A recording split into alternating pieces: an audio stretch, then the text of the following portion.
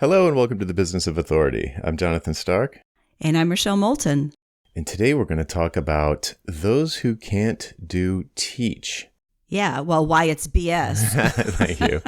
Yeah, so one of the ditchers down in Ditcherville asked about us. We mentioned that phrase on a previous episode and, sort of as an aside, and we're like, that's BS. And we kind of like an audio eye roll at the concept of those who can't do teach. And he wrote in and said, I'd love for you and Rochelle to talk through dealing with that. So thank you very much, Dave. Cool. Yeah. So this kind of thing, like this sort of cynical view that the people doing the work are the only ones that I don't want to say know how to do it, but it's kind of like that. It's like, oh, we're the only ones that really know how to do this. Anybody that's teaching it that isn't also currently doing it, not even if they used to do it. Mm-hmm. It's this idea that, oh, well, you haven't been doing it in a couple of years. Everything changes so fast. There's only us who are on the front lines and coding every day. We really know what's going on. And get out of here, Grandpa. We've got new JavaScript syntax. And there are so many new haute current JavaScript frameworks out there right now that I almost can't even talk to some of my friends who are still doing this stuff. I literally don't know what half the stuff they're talking about is. I don't even know what some Flubber. I couldn't teach Flubber JS because I don't know that, but there's this weird, it's kind of like, what's the word for like looking down your nose at something? It's like this condescending, like, only we know what's up, and anybody that tries to teach around that. I think this is where the meat of this episode is going to come from. Anybody that tries to teach or consult or coach around, for someone or to a group of people who do that thing, they're all these expert Flubber JS developers, and who is this person coming in here trying to teach us how to create value for our customers? Or something like that. Mm-hmm. They don't even know how Flubber JS works these days, and it's like, okay, so that's kind of the attitude that is the starting point in my head for this question, and it spawned a whole bunch of related things, like I alluded to just now. It's like it's the first time a consultant came into. The first time I encountered a McKinsey-style consultant, I was working at Staples Corporate, and I was like on this super steep learning curve. So learning FileMaker and database programming and things like that. And I was on this really steep learning curve because I was coming from a graphic design background at that job, and so I felt like 10 times smarter than I was a year earlier because I was still in this really steep part of the learning curve. So this guy rolls in. And I was classic case, like, here comes a consultant. Somebody paid too much money to come in and try and solve this problem for us. And I was like, in my head, I'm like, I'm going to explain this to him and he's going to be confused. And I started to explain it and he totally got it. And in fact, explained it back to me in a way that was much more concise.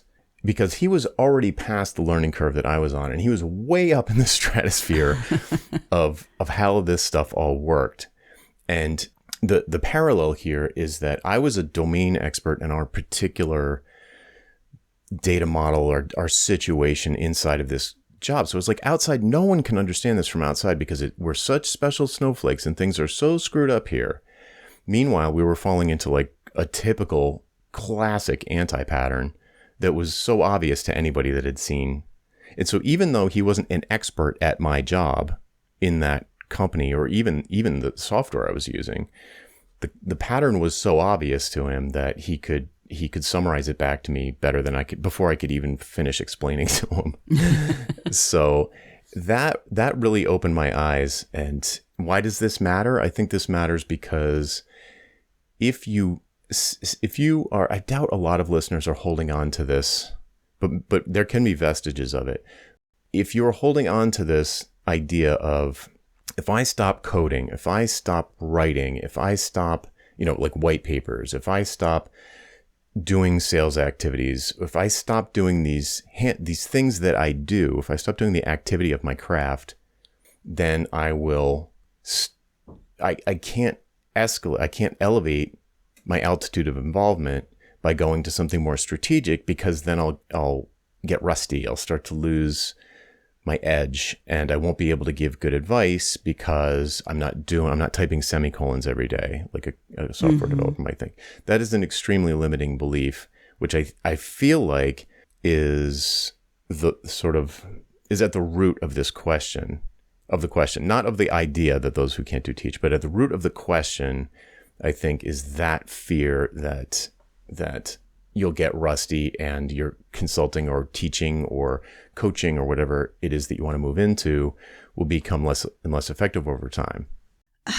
I mean, yes. I mean, I agree with all that. I think there's also this us versus them thing that happens for people in our space. Let me just give a hypothetical example. So let's say you belong to a Slack group or some kind of a community. It could be LinkedIn, could be anywhere. And you're with other people that do your craft. And there is this group dynamic that might happen, not saying it often does, but it might happen, where there's this pressure to be the best technically at whatever this craft is. And that's what the discussion is around. And the reason you joined that group is that you want to know what's going on, leading, bleeding edge, right? Mm-hmm. But there can be, it's almost a shaming of leaving the pack to talk about something that's up in altitude. Right. And what can happen, and it's so subtle if you're really into that group, is you develop the group mindset and you don't question, you don't raise your head, you don't publish the thing that you know is going to make a difference in your work or your business.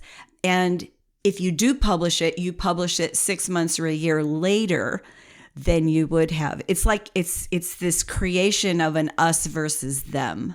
Is that feeling you're describing kind of like the genesis of an imposter syndrome, or who am I to write this because these other people in the group are so much better at it than me, or they're is it so much smarter? And hey, listen, I had that at the beginning of my career. I was surrounded by people, we all do, we're all surrounded at the beginnings of our career with people who know so much more than us. And I think you're right. I mean, I think it gets really easy to sort of defer to someone that knows more about this area instead of listening to your own voice and then building on what others have created. Okay, so that's a perfect angle of attack here. There's a thing I noticed, especially, of course, most of my background's in the software space, so that's where the examples are going to come from. There's this thing I noticed where software developers will get in these holy wars over the, air quotes, right way to do something. And spaces versus tabs is the most hilarious, unending flame war in the software business. It goes on to this day, and that's just one example. There's a million, what the best language is to solve for this particular problem. Should I use R or Python? Well, we're team Python and we're team R, and it's it's different tools for different things. Why limit yourself to one? And there's just all of these social norms, almost cultural norms inside of these different communities of technicians, where they will feel very strongly and argue passionately for the way they do things being the right way. Mm-hmm.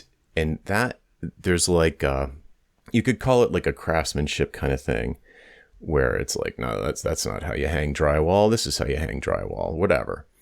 What it does, though, is that when that happens too much, which I would argue that generally speaking, it does happen way too much in the development space, software development space, where people fall in love with not just their language of choice, but the tools they use. Oh, I can't believe you use Emacs, VI is the best, or whatever. It's just crazy. They just want to fight about everything. And what it does is it completely loses sight of the fact that the reason you're building this stuff is to create value for a client. And it doesn't matter at all if you use spaces or tabs to the client or to the experience of the end user. And I can already hear the argument, well, technical debt. It's shut up. It doesn't matter. If there's really technical debt, those problems will expose themselves as like an inability to release features and so on and so forth, like things that the business is aware of. And so here, now this is all the way back to your community example, your Slack community example. If everybody in there is fighting like cats and dogs over spaces versus tabs, and you want to go up a level, sort of step back or lift yourself up and say, well, wait a second, what are we doing here? Like, why are we spending all this energy fighting over spaces versus tabs? Let's focus on what's in it for the people who are paying us, and not and just like stop thinking that this sort of evangelism for my way versus your way, or us versus them, creates any value for anyone. It's just a complete waste of time. Most of the time, it's a complete waste of time. And when someone is like, kind of like not the top of the heap of that holy war, they're not the general in the holy war, they could feel like that imposter syndrome thing where it's like, okay, I don't know if I should be using spaces versus tabs. I use spaces, but whatever. This is how to delight your clients, and it has nothing to do with spaces versus tabs. Or this is how to attract leads for your floundering software development shop. Or here's how to price your services in a way that will allow you to fight about spaces versus tabs 30 hours a week in your free time. You know what I mean? It's like it pulls the attention and the emotional energy into it's like a skirmish on the side of the mission. Well, it makes it takes something that, as you said, is a skirmish and elevates it to something more strategic. And it also has another benefit if you're doing that inside of a community and you're asking questions like that or contributing information or starting discussions, is you're going to find your people. Because I guarantee somewhere in that group is someone else who hasn't said anything, and who maybe even kind of checked out, but still has a membership, maybe looks at it once in a while, but doesn't engage because they're tired of people piling on something stupid. Right. So yeah, I mean, that's another way to deal with this, not just to elevate it, yes, but to elevate it in public with this group. And, you know, they may be the villagers with the pitchforks and, you know, push you out of town. And then that's good, because then that's not an organization for you. Right. Yeah. There's this, the flip side of it is the cognitive dissonance experienced by these sort of passionate evangelists for the ideal version of the craft. So these the Holy War Crusaders for tabs, let's say, will really angrily be scratching their heads when they see people who switch back and forth between tabs and spaces and yet are making way more money than them. And they can't figure that out. Like, that's not fair. The universe is not fair. Like, this person who has terrible code quality or is, or whatever, is just new. And they're not as good as me. They're not as good as me. Somehow they're succeeding in ways that the master craftsman wishes or aspires to, but they just can't ignore the fact that people are getting promoted over them. People they're losing good clients to these people who are not master craftsmen. So, but then the switch that I would like to flip for people in that situation is like, maybe something else is going on here. Like, could something else be going on? Could it be that just knowing, let's just say the master craftsman is correct, and this really is the best way to do something. It could be that that's not as important to everyone as it is to you. Like, that's the question you might want to ask. So if you're dealing with people like this, because I know none of our listeners are like this, but if you're dealing with someone like this, that I feel like that's the question to ask. It's like, how does that add value? You know, because if we're talking about business owners, it's like, how does that add value? Like spending all of your time, you know, massaging your code base into perfection. Well, there's also another piece of this. I'm going to pick on the graphic designers as an example, just so we can stop picking on the software people for a moment.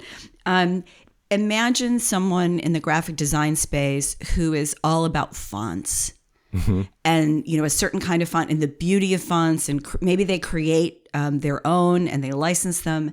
But it would be awesome as a graphic designer to have someone who knew that much about fonts, whose expertise I could tap into. And that's the kind of person, and there's only so many of those you can have in the world at any given time making money at it. But you could have a very high-end font guru who has monetized that. And they become very successful because they've picked a technical area. But in that case, their client has shifted. Their client isn't the corporation trying to figure out how to update their look. It's other designers who want to step up their game. So I guess my point is there is room in all of these professions to have a very, very high level guru of something. But that guru is not going to make money the conventional way. Mm-hmm. They're going to have to do it in a different way. So I don't want to say that there's like no space for that. I've worked with lots of people like that. And you absolutely can, but you don't do it by sitting back on your throne and telling everybody that they're doing it wrong. Right.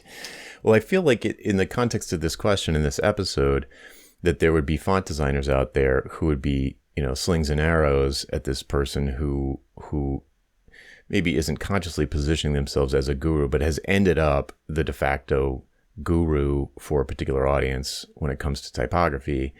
And then just them, the sort of folks who are still in the day-to-day, just picking the person apart, just attacking them constantly because like, oh, they're not as good as me, or they're not as good as my hero. Yeah, that would be sad. I mean, I think that's part of what I'm hearing through this whole thing is that nobody wants to be picked on, right? It's kind of like we're creating an us and a them, and whoever the them is, we're throwing rocks at those people. It feels very like, I don't know, kindergarten or first grade or something, very schoolyard sort of thing. Yeah. Yeah. So I do want to comment on I brought it up a little bit, but I didn't explain how it works. The similar situation to your font example. I have to go back to software, where I'll work with students who are doers, and maybe they charge by the hour, maybe they don't, but they're soloists and you're getting paid to code, and they see the writing on the wall. They're like, this is, I'm like, I'm 45. I'm making good money, but I'm making the same money I was making when I was 35, and competition's getting stiffer and cheaper, and so what's next? And they already want to pivot into more of a true consulting kind of business where they're looking to go up market, they're looking to go up the food chain and start dealing with executives. They've been dealing with executives, but not as peers. So they know that they want to do that, but they've got this fear that stems from I think it stems from the same place, like that those who can't teach. And it's like that I'll get rusty if I switch to, if I put down the IDE, if I get away from the text editor and I'm just talking about code, let's say, and I can tell you that having made that particular transition, I can tell you that it's surprising how much of your day-to-day, when you're coding, it's surprising how much of your day-to-day, I'd say easily 80% of it on an average day, is rote, boring, debugging, troubleshooting, stupid mistakes. It's just stuff that you're not really learning anything. You're just like doing your thing. And maybe only 20% of it, that even sounds high to me, are you deepening your understanding. So like once you get to a certain point, and the people that I'm talking about are definitely at this point where they've got all the knowledge they need, and they're gaining understanding, and hopefully as they go up the food chain, they're going to turn that into wisdom, business wisdom for their clients as they kind of like ascend the upward spiral. The upward spiral, yeah. Yeah, I love that. So the surprising thing to folks, and even to me to a certain extent, was like, well, I'm doing that, and if my saw gets rusty, so be it. But what I found was on the projects, I think without exception, every single project I worked on, there was some kind of dev team in-house, or at least one developer I worked with in-house, or they worked with an agency or whatever. And merely having regular meetings with these folks, say weekly or every other week or something, just being in contact with them and them surfacing the really sticky stuff. Not the like, oh, you left a semicolon off here, like, oh, the indentation is wrong in this Python script. Not stuff like that. Like, junior developers can figure that. They can bang their head against the keyboard and figure that out. But the really sticky stuff, the big decisions get surfaced to you, and you can absorb the important knowledge from like a team of people now. It's almost like you have superpowers. Like you've got these tentacles going out into, 8 different code editors, and they're surfacing only the really important stuff to you. And so you're actually keeping yourself very sharp with the things that are closer to the business value, closer to this, higher up, more strategic, the big decisions. Should we go with this or that? Like here's this fork in the road. Which side should we go down? And when you've got multiple clients that you're doing this for, so you're working with all these different dev teams, you're getting a massive amount of functional knowledge, useful knowledge from like 40 people. And then you can kind of synthesize that for each client engagement, depending on their different constraints. So it's funny because on the before you've crossed this Rubicon, you're like, oh, I fear that this thing will happen if I cross this river. But then once you cross the river, the exact opposite happens. So the irony is painful. And when I explain this to people, they generally get it, but they tend not to. They get it intellectually, but they don't always. It just seems unbelievable, I think. Yeah, I mean, it really is part of the natural progression of any craft. Well, I shouldn't say any craft that we're using it in business, let's call it that. And you get to this point where you can keep doing this same old and not learning anything new. Mm-hmm. Or you can upward spiral. You can say, I'd like to learn something different. And so in your example, it may not be exactly the same saw, right? Because you're not going to be, there's only so many things you can be at once. So you're not going to be the all-time technical guru, but you will have this new skill, this new saw that is so interesting and that allows you to grow in different ways and allows you to provide value at a higher level and charge more. Yeah. And everybody knows that progression, mm-hmm. Or they haven't been listening. Right. Yeah, I think I had that feeling like where I was switching to more advisory, where I was afraid I was going to lose my edge. I was afraid it was going to change my identity in some way. I was afraid I was going to miss the daily activity of coding. And maybe there are people out there who feel that same way, and for them it would be true. Of course, that's a possibility. But I was, I had these concerns and I made the leap anyway. And the concerns in my case were unfounded. It was the mm-hmm. exact opposite. So what's the, how does this tie back to those who teach, right? Like, I feel like the teaching thing, and this is related to the new saw, which also triggered this, is like, I think the idea of those who can't do teach, among other things, completely undervalues the importance or the skill involved with teaching. Yes. It's like a totally different skill. Yeah, like, and it's not easy. No, it's like a whole art and science, like pedagogy. There's a word for it. And I have to imagine most people have had the experience of seeing someone who's just a master at something. For me, it was guitar. Like there was a kid in my high school who was like shredding through Eruption, in the gymnasium. And I was just like, can you teach me that, teach me this, teach me that. And he was not a good teacher. He's like, I don't know, just go like this. And it's like, how? How do I just go like that? The same thing happens with, in sparring at karate, where the teacher will, like someone who's much better than you, will say, it's kind of like, just go like this. And it's like, well, how or when, or how did you know to do that right then? It's like, I don't know. I just know. So there can be people who are just absolute masters at some skill that are just awful at teaching it because they're such naturals at it, or they've lost beginner's mind. Yeah. And or they just don't care about the student, right? Because if you care about the student, you're going to try to figure out how to get through to them. Right. It's a whole new saw, right? It's like a whole new saw to sharpen. And I think probably that is tied in with that thing I was saying where you can absorb knowledge. You can absorb knowledge from teams of people who do what you used to do, which is way more efficient. And it's like way more, it's just super efficient. And then you're the one that adds the understanding to all that knowledge. And then you, in order to turn that into something valuable to a business, like you said, we're talking about businesses here, to turn that into business value, you need to be able to communicate it or reflect it or send it back out in a way that produces action in the client.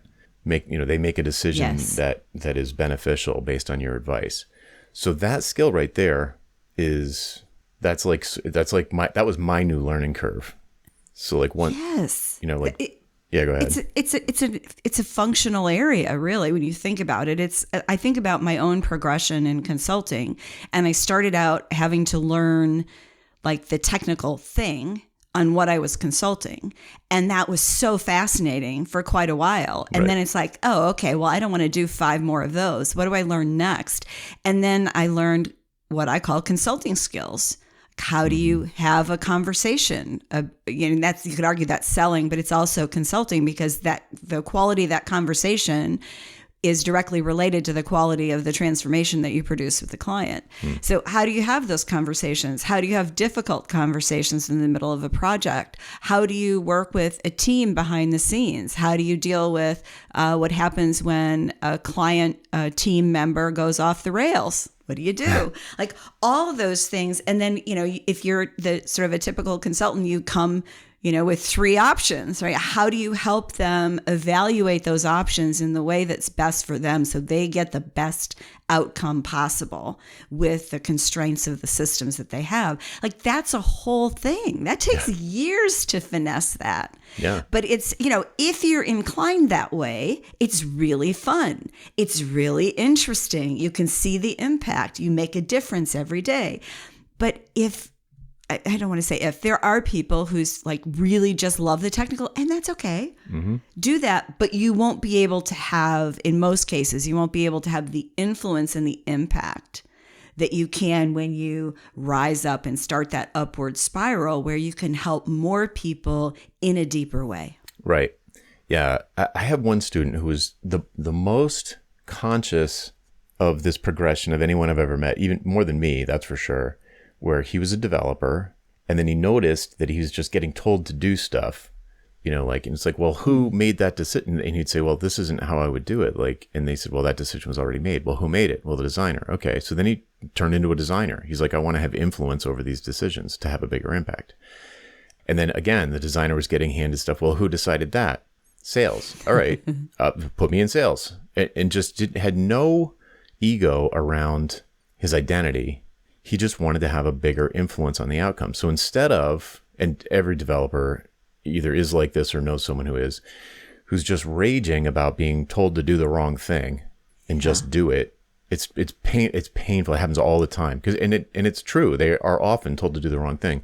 But the solution isn't to like try and second guess or undo the decision if that's not your job. So if that's frustrating you, maybe moving upstream is what's going to satisfy you, or maybe you don't care. Maybe it's like, hey, if that's what you want me to do, that's your decision. I will do an amazing job of what you told me to do, and here you go. And why do I think that's not our listener? It's not our listener. I mean, who knows who's listening to this? But yeah, it just doesn't sound like our listeners. Right. Perhaps a listener will share this with one of their friends who is like that. I don't know.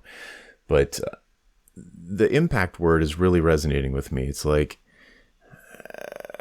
it's all tied up. I'm just probably going to repeat myself at this point, but the impact thing in moving up the food chain away from the hands work into the brains work is where you're going to have a bigger impact. Because if you can make changes farther upstream, if you imagine an assembly line, if there's a problem somewhere and it's not caught until the car is off the assembly line, then they're going to have like $500 million recall.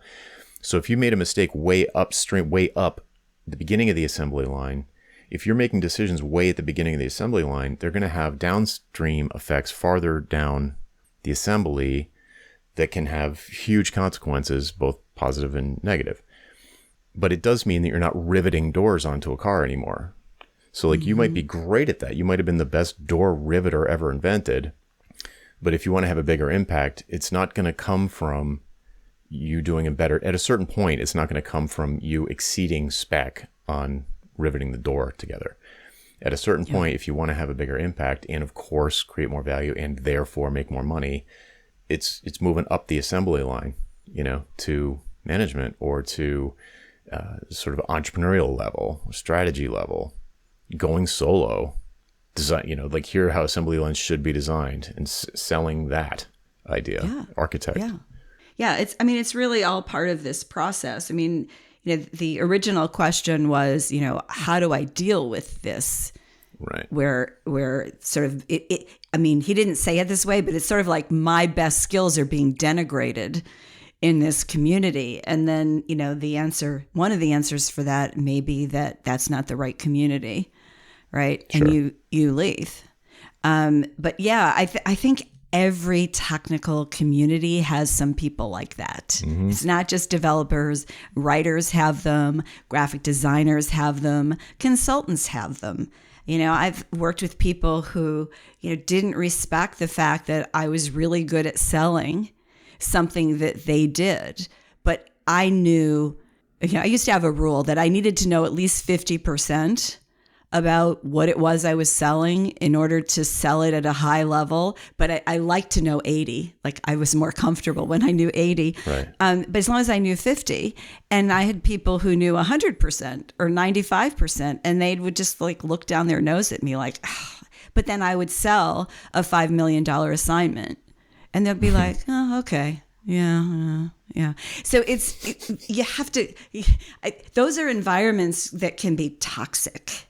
Yeah. And I'm just saying the answer isn't always to work within the system. Sometimes it's to leave the system and go create your own thing and, be really brave.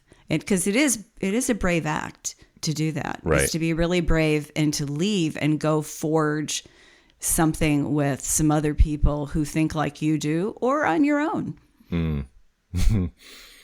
That is my first reaction too, is just like, okay, this isn't the right place for me. If you wanted to try and turn on some light bulbs, I'm thinking, what would I do if I cared enough about the community to try and turn on a light bulb? And I'm in the vast minority, because like you said, it might be a silent majority, but the loud people are just fighting about spaces versus tabs. So maybe if you were in a situation like this and you wanted to kind of like broaden the conversation or pivot the conversation, I would tie it to something that they want. I would say something like let's say someone would complain about losing a job to a noob, junior developer. Can you believe, they're like cranky because they lost a job to someone that they look down on, who uses spaces or something. And they would say, well, why do you think the client did that?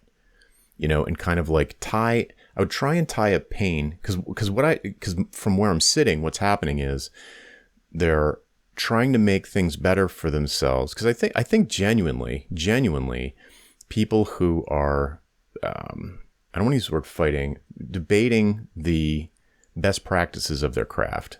I think that's on balance a good thing, but it can turn pathological, right?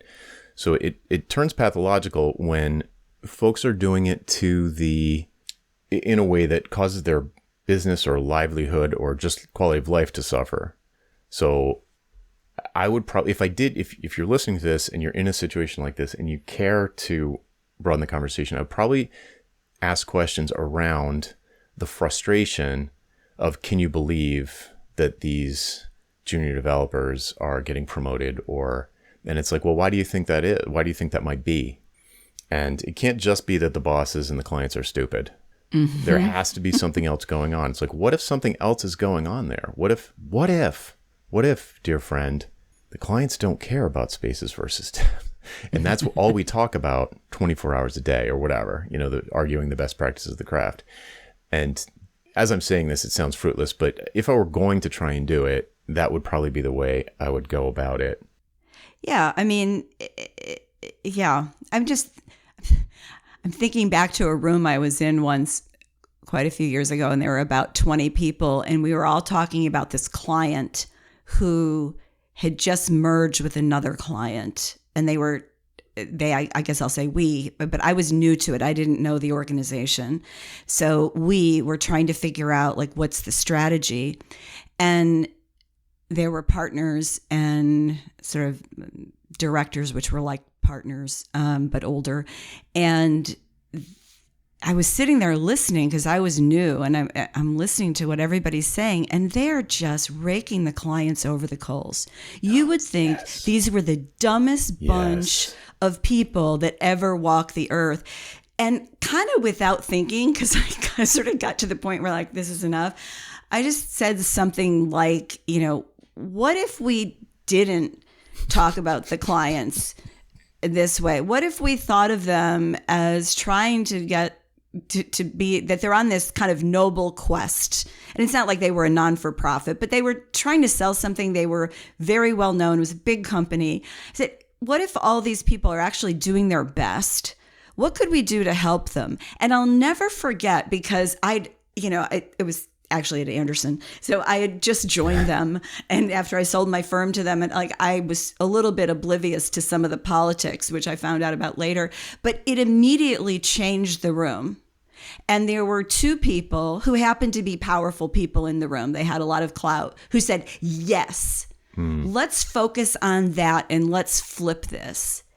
And to this day, I don't understand why one of the power people in the room didn't do that, because it would have been so much easier for them to do than for one of the lowest status people in the room to do it. Sweet move, though. Yeah. Yeah. Well, I was really glad I did it, because it was really ticking me off. Because it goes against my core values, which I don't think clients are stupid. Hello, they're smart enough to hire us. They're at least as smart as us, if not smarter.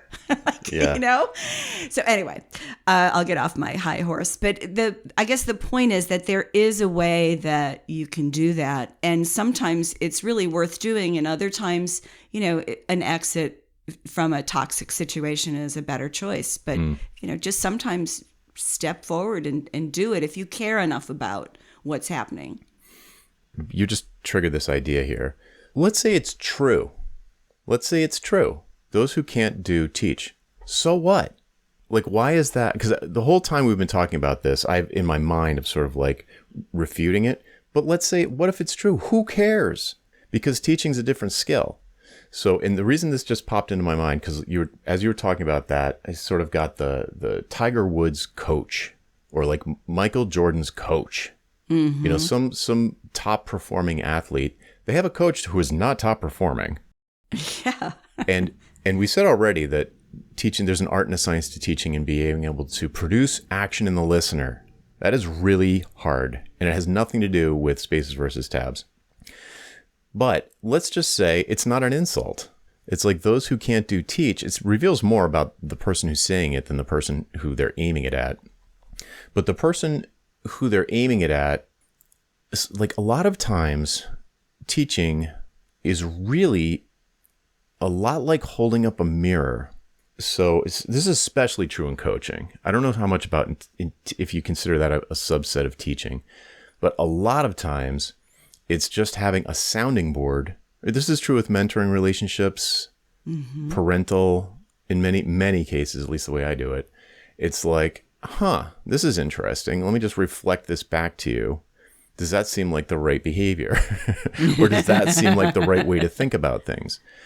I don't need to know diddly about the intricacies of the thought process, because I can observe the behavior. So like if it does have this sort of observable behavior characteristic, some kind of a performance art or whatever, a sport or just whatever, anything that has a behavior, then it's like sometimes it might even be better to not be bogged down in the politics like you were. You weren't bogged down in the politics. because you were new, to just say the emperor has no clothes kind of thing. Like, what if we didn't act like this? Would that be better? Maybe?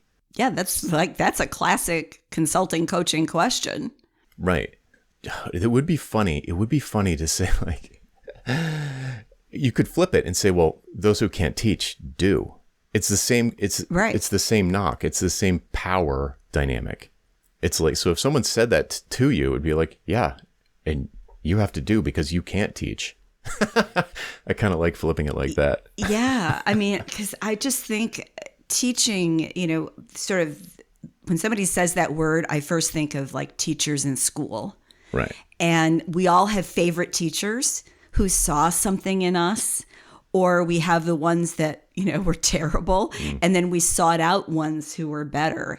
And, and you think about, if you go to university, you have that experience. But then you said mentors, advisors. We have these people that teach us things. And I just think I have such reverence for them.